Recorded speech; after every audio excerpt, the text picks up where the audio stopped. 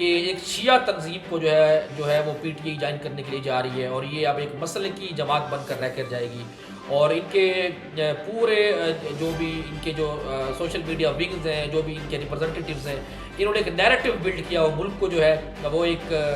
فرقہ واریت کی تقسیم میں جو ہے وہ جھونکنے کی کوشش کی۔ اب اگر خواتین و حضرات ایم ڈبلیو ایم کو پی ٹی آئی کے لوگ جوائن کر بھی لیتے تو شاید پھر الیکشن کمیشن آف پاکستان دوبارہ یہ ایکسکیوز کھڑا کر دیتا۔ ان لوگوں نے تو چونکہ لسٹیں بھی نہیں دی ہوئی کہ کون سی لسٹوں پر جو ہے وہ کون سی ایسی ریزرو سیٹس ہیں جن کے لیے جو ایک لسٹ درکار ہوتی ہے، کن کن لوگوں کو انہوں نے نامینیٹ کیا ہے، تو ایم ڈبلیو ایم نے ایسی کوئی لسٹ نہیں دی ہوئی تھی۔ تو مجھے لگتا ہے کہ اگر پی ٹی آئی کسی اور سیاسی جماعت کو جوائن کرتی بھی تو ان کے ساتھ یہی سب کچھ ہونے والا ہے۔ ایک خاص قسم کا مائنڈ سیٹ ہے جو الیکشن کمیشن آف پاکستان بنا کر بیٹھا ہوا ہے۔ اب پشاور ہائی کورٹ نے جو اپنے فیصلے کے اندر جو جسٹیفیکیشن دی ہے وہ یہی دی ہے کہ پی ٹی آئی نے جو ہے ایک ایسی جماعت کو جوائن نہیں، یہ جو آزاد جیتنے والے لوگ ہیں انہوں نے کسی ایسی جماعت کو جوائن نہیں کیا جو الیکشن لڑ کر آئی ہو، بلکہ یہاں پر حافظ حامد رضا صاحب جو ہے وہ خود as a Azad candidate, as a individual candidate جو ہے وہ پی ٹی آئی کی حمایت سے جو ہے وہ الیکشن لڑے ہیں۔ وہ خود سنی اتحاد کونسل کی ٹکٹ پر جو ہے وہ الیکشن نہیں لڑے۔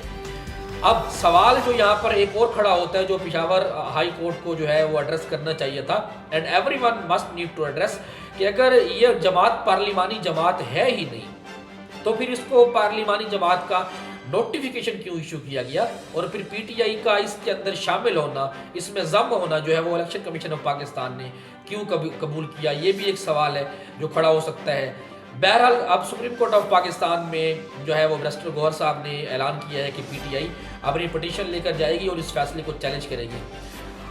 سپریم کورٹ آف پاکستان میں جو کچھ ہونا ہے وہ آپ سب کو پتہ ہے۔ پشاور ہائی کورٹ میں یہ ایک امید تھی اور ہر زبان زد عام یہی ایک بات تھی کہ پشاور ہائی کورٹ سے جو ہے وہ پی ٹی آئی کو ریلیف مل سکتا ہے، لیکن جب آپ کی جو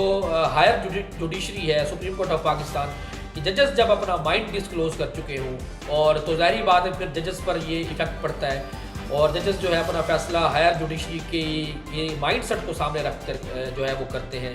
بہرحال پی ٹی آئی کے اس وقت کے جو کینڈیڈیٹس ہیں جو جیت کر پاکستان تحریک انصاف کے جو آزاد کینڈیڈیٹس ہیں جو اس وقت سنی اتحاد کونسل میں شامل ہو چکے ہیں، ان میں سے این اے 81 کا جو کینڈیڈیٹ جو جیتا ہوا تھا، جی ہاں جی، یہ ایک بڑی مضحکہ خیز خبر ہے کہ جیتا ہوا کینڈیڈیٹ جو ہے وہ این اے 81 سے جو ہے اس کو دوبارہ ہرا دیا گیا۔ ایک ایسا کینڈیڈیٹ جس نے اوتھ بھی لیا، جس نے حلف اٹھایا، جس نے سینٹ کے الیکشن میں اپنا ووٹ بھی کاسٹ کیا، الیکشن کمیشن آف پاکستان کی طرف سے اس کو سینٹ کے الیکشن میں جو ہے ووٹ کاسٹ کرنے کے لیے پرچی بھی جاری کی گئی، لیکن کمال دیکھیں، پھرتیاں دیکھیں، چلاکیاں دیکھیں الیکشن کمیشن صاحب بہادر کی کہ ری کاؤنٹس کے اندر جو ہے وہ اس کینڈیڈیٹ کو دوبارہ ہرا دیا گیا۔ اب جب فیصلہ اس قدر ہو چکا ہو کہ آپ کو ہرانا ہے تو ظاہری بات ہے پھر آپ جو ہے اپنی نشستیں بچانے کی کوشش کریں گے، اور پھر آپ یہ تو نہیں سوچ سکتے کہ آپ کی جو جیتی ہوئی نشستیں ہیں جہاں وہ آپ سے چھیننے کی کوشش کی جا رہی ہیں، وہاں آپ کیسے یہ ایکسپیکٹ کر سکتے ہیں کہ مخصوص نشستیں جو ہے وہ پی ٹی آئی کو دی جائیں گی، یہ پاسبل نہیں ہے۔ تو یہ جو خاص mindset election commission of Pakistan کا جو پی ٹی آئی کے لیے یہ جو سب کچھ کرتے رہے آپ سب جانتے ہیں، میں یہ نہیں کہتا کہ پی ٹی آئی کی لیگل ٹیم سے جو ہے وہ غلطیاں نہیں ہوئی ہوگی، انہوں نے غلطیاں کی ہوگی نو ڈاؤٹ، لیکن جو mindset election commission of Pakistan لے کر بیٹھا ہے یہ جو کچھ بھی کر لیتے پی ٹی آئی کو مخصوص نشستیں نہیں ملنی تھی۔ اب سننے میں یہی آ رہا ہے کہ مزید جو ہے ری کاؤنٹس کے اندر تقریباً جو ہے وہ 10 سے 15 ایسی نشستوں کی جیسی جو اطلاعات ہیں کہ مزید پی ٹی آئی کی 10 سے 15 نشستیں کم ہو سکتی ہیں۔ ایسے کینڈیڈیٹ جو جیت چکے ہیں، جو حلف اٹھا چکے ہیں، جو سینٹ کے الیکشن میں اپنا ووٹ کاسٹ کر چکے ہیں، ان کو ہرانے کی کوشش کی جا رہی ہے۔ تو پاکستان کے معاملات کس طرف جاتے ہیں؟ الیکشن کمیشن آف پاکستان نے جو اتنا اچھا اس الیکشن کو مینج کیا ہے اس پر جو ہے عالمی میڈیا کی طرف سے جو ہے جی ہاں جی، یہ بھی بڑی زبردست خبر ہے کہ الیکشن کمیشن آف پاکستان کے جو سربراہ ہیں جناب chairman election commission of Pakistan Sikandar Sultan Raja صاحب رشیا گئے ہوئے ہیں جناب، اور وہاں پر جا کر غیر ملکی مبصر کے طور پر